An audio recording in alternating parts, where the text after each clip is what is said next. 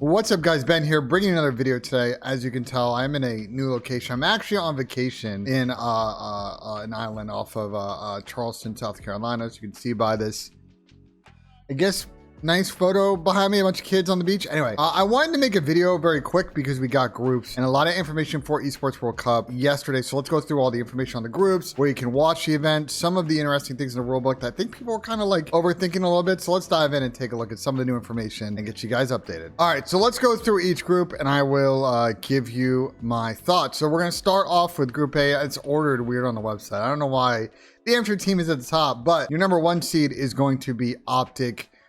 Texas, playing under the OpTic Gaming parent organization. The other CDL teams in Group A will be the Carolina Royal Ravens, who missed out on champs, and so did the Vegas Legion, unfortunately, as well. Then you have OMiT Brooklyn finishing up this group. OMiT Brooklyn played particularly good at champs. Unfortunately, a bulk of that team ended up actually going to Boston, so it's kind of a different squad. Byron, aka Proload, is the only player that is staying on the roster, and they get 3 players from the Houston Spartans team. So Spart, Hamza come over, as well as Fire 40. And a couple of other interesting wrinkles with this group. Carolina obviously going to be playing with Ben Beans instead of Clayster. In the Vegas Legion, Johnny unfortunately has a health issue he needs to take care of.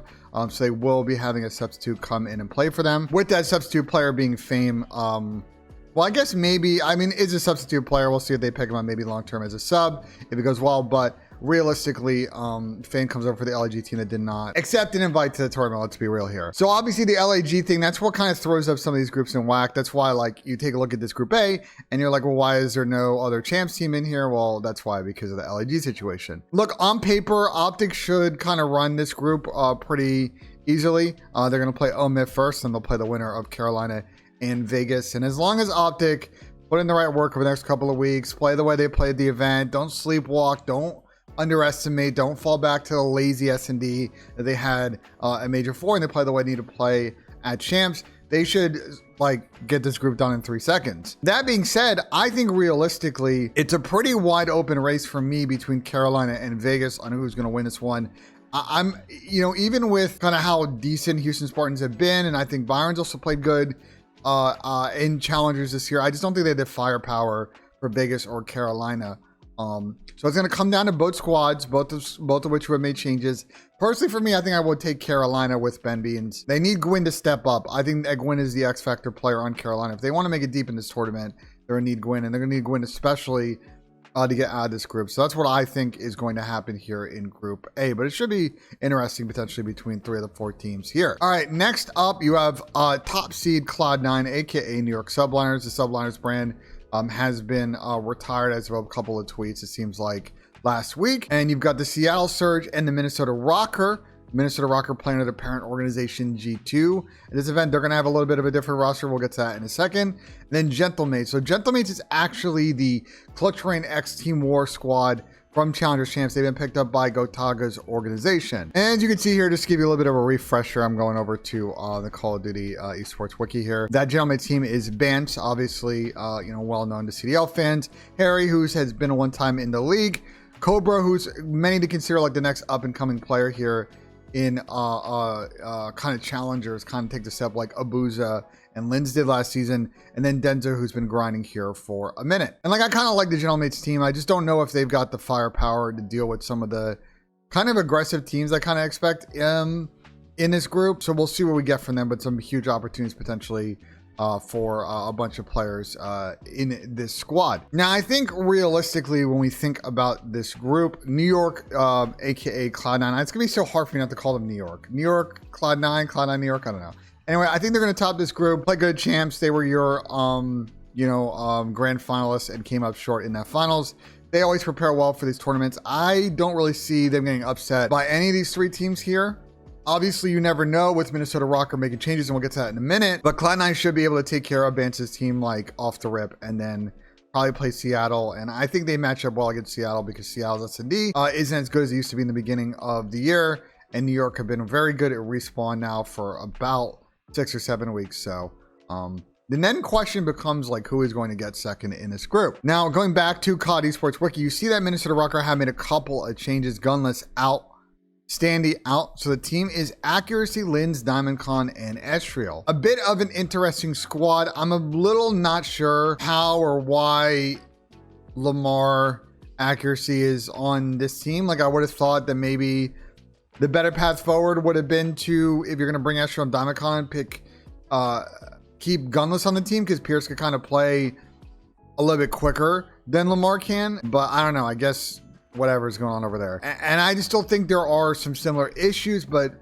not exactly to their last team. I think the Estriel Lin sub duo is actually pretty solid, but are they going to be able to deal with the pressures of how fast Seattle plays, how fast New York plays? I don't know. But I like the idea and I like the concept. And for Rocker to get Estriel on the team, even if he maybe won't be the second sub next year, if they can kind of parlay this into him being there long term, that's a good get. And I think that Diamondcon had a pretty good stint this season. I thought he played well. He had kind of a slow period in the middle of the season.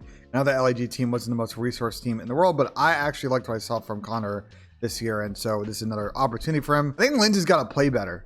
Realistically, I think he really petered off at the end of the season. He's got to kind of figure out his style. I see a lot of his gameplay is like a lot of rookie subs that we see in the league. They come in and they just sort of, and I'm not trying to diss on him when I say this, but it's a super roam play style. And the problem with the super roam play style, if you don't recognize what you are doing on the map by playing that way, is that you're causing chaos for the other team. And then if you're not making mistakes off of the chaos that you're causing, it doesn't really work out. I think players like Simp and Hydra and Shotzi are very effective at knowing when they push out cuts, knowing that they're going to cause splits, communicating that they're going to cause splits, their team picks it up, and then recognizing how to play these sort of weird mixy situations that you kind of see in practice throughout the year, and you know how to fall back on that in games. I feel like Lins, when you watch him play, doesn't necessarily have that in the bag, but we really shouldn't expect that from him. He is a rookie. He's just kind of, trying to learn how to play Call of Duty at this level. I don't hate this Minnesota Rocker team. I don't know if they're going to be good in S&D.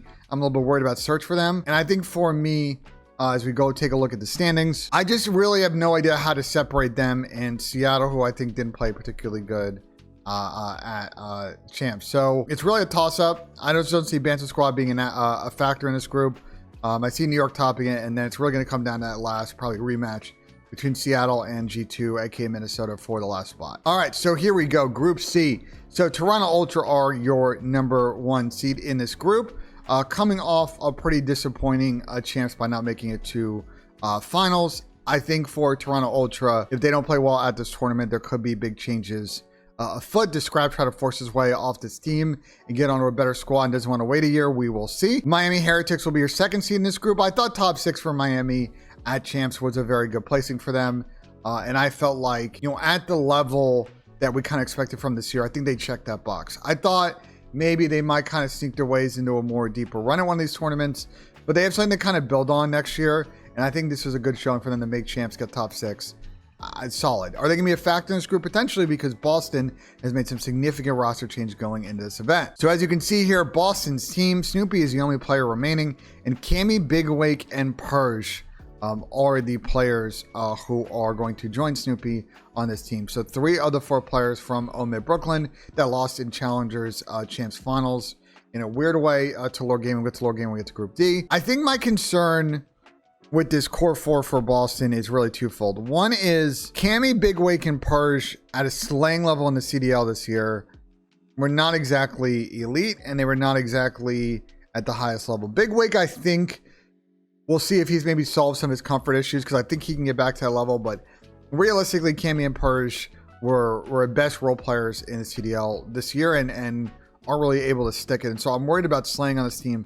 A lot going to rely on Snoopy and Big Wake to really go ham-bony in response. And then S&D, I don't really know how I feel about this team in search, and I think that could be a huge problem for them in this group. So I think if to tie break Miami and Boston, I got Miami over that. Now, the real X factor I think in this group is Stallions, and if you don't know, Stallions is actually FC Black. They can't play under the FC Black branding and name because it's too similar to the Atlanta FaZe logo, so Tommy had to change it. And it's the same FC Black team that you saw at Champs, the same FC Black team that's been kind of playing now together for a minute. And so I think for many of the players on the team, Asim, Dylan Rex, Exceed, and Brack, there's a huge opportunity for them to, I think, have a pretty good chance to upset Boston. And could they get over the hump against Miami? Because they're going to play Toronto winners round 1. And I'm going to be honest with you, they're not going to beat Toronto. But can they beat Boston and Miami? Boston in particular, I think they have a real chance. The only thing I'll say for Stallions is that at Challengers Champs, they did not play amazing in search. And that could potentially be their weakness and why they don't really get the upsets here. And, Exceed talks a big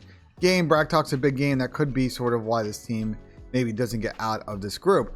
But you look against Miami, it's a real tougher matchup for them. I think map pool wise is going to favor Miami. And again, Stein's going to have to be on the P's and Q's in search against a Miami team that's got some very good bread and butters in that game mode. So I think this group could get interesting. Again, I just don't see the number 1 seed getting upset here. But between Stallions, Boston, and Miami, I actually think instead of this being between Miami and Boston, I actually think this will come down to Stallions versus Miami. And we will see which one of those players does clutch up. Which one of those teams clutches up and gets out of this group, because this one could be pretty exciting. All right, and then last but not least, we get into the last group here. So 100 Thieves, aka LA Thieves, is actually your number 1 seed in this group, coming off a very good showing at Champs. Like for me, top 4 is very impressive for this LA Thieves squad that at the beginning of the year looked completely lost. They were underperforming, and then throughout the year, they've been good, but they just aren't able to close out series. You can always tell that,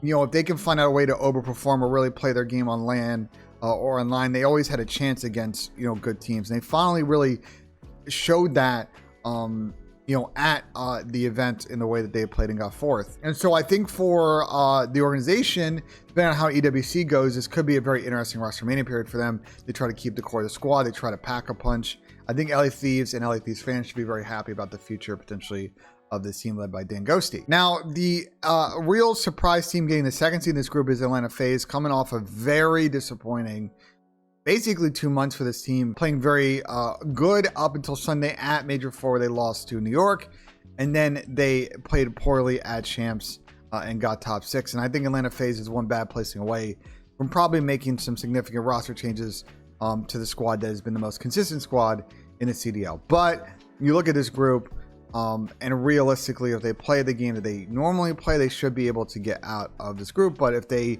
play with sloppy teamwork, they could potentially get 2nd in this group. I just don't see them losing to these next 2 squads.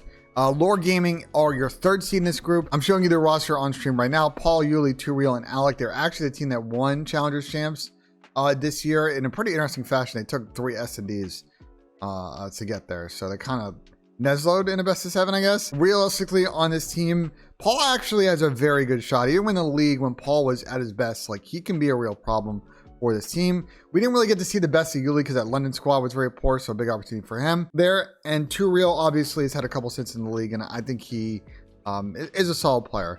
Alex really the X factor here. He's been incredible in challenges, especially in search in the last few months. And I think if Alec can kind of use his knowledge of the guys on this team, because he's a team with them, and they try to maybe, if they get in a potential matchup, kind of ninja, some S&Ds. And then Team Falcons, this is Khaled and King Abadi and them.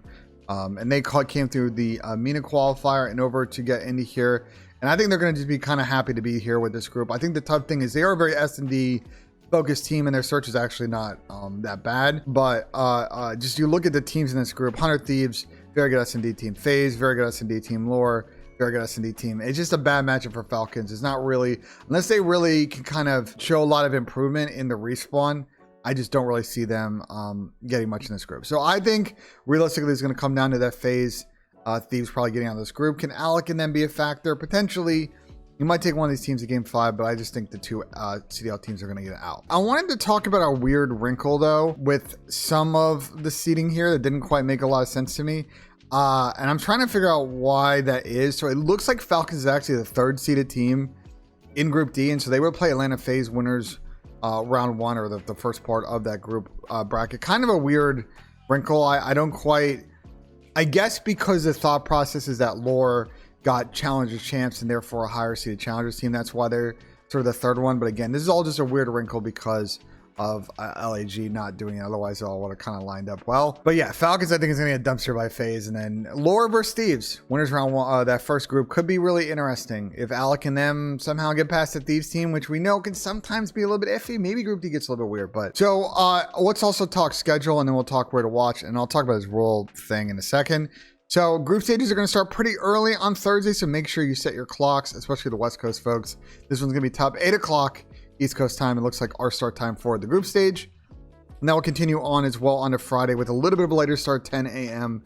But again, still tough for the West Coasters out there. That's how it goes. When you have an event in Saudi Arabia, quarterfinals will kick off Saturday at 10 a.m. And you will only have quarters on Saturday. Sunday, you will have the semis and then the grand final because it's a single limb bracket. So they're going to play the 4 quarterfinal matches on Saturday, call it a break, and then they will play 2 semis and a final on Sunday. So grand final should be about 1:30-ish, early afternoon. So decent time that for the finals. And so if you look here on the website, you guys are probably going to like what you see here. It looks like this event is going to be on Twitch, which is a big giant W. We've been waiting for a Call of Duty's event to be on Twitch for a minute. So we're back. You see there's going to be 2 streams because there's going to be multiple games going on at the same time. You're obviously on TikTok and the Zone as well as YouTube. So I'll probably be streaming, to be honest, co-streaming like on Twitch. Maybe I'll co-stream on my YouTube channel as well. And I may actually also, depending on timing, I may also do a stream on Tommy's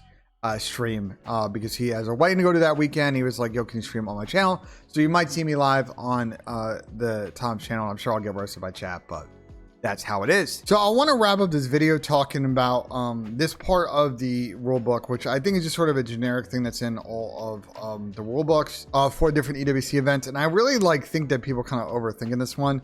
So in the rule book, it says all participants must at all times observe the highest standards of personal integrity and good sportsmanship. Participants are required to behave in a professional and sportsmanlike manner. Their interactions with other participants, teams, etc. Participants should not use obscene and offensive gestures, profanity, blah, blah, blah, blah, blah. To be honest, if you go through any handbook for any esport, you're going to see all these clauses. And what it comes down to is realistically, how is the organizer, in this case, EWC, going to really enforce these rules? Now, I've watched a little bit of other EWC events so far this year, and I'll be honest, Warzone, there was a lot of chirping going on. I don't think that this is going to really be enforced unless people are dropping slurs and some really profane stuff. I think you guys are overthinking this one. I don't think the organizers are really going to enforce this as strict as you guys think. So yeah, that's all the EWC information. Let me know what you guys think about the groups, the rules, the schedule, us being on Twitch, all that stuff. I'll make some more videos over the next few weeks covering that with all the build up to the end of August. So make sure you leave a comment if you like or have thoughts on the video. Like, if you enjoyed, subscribe for more. And as always, guys, we'll see you on the next one.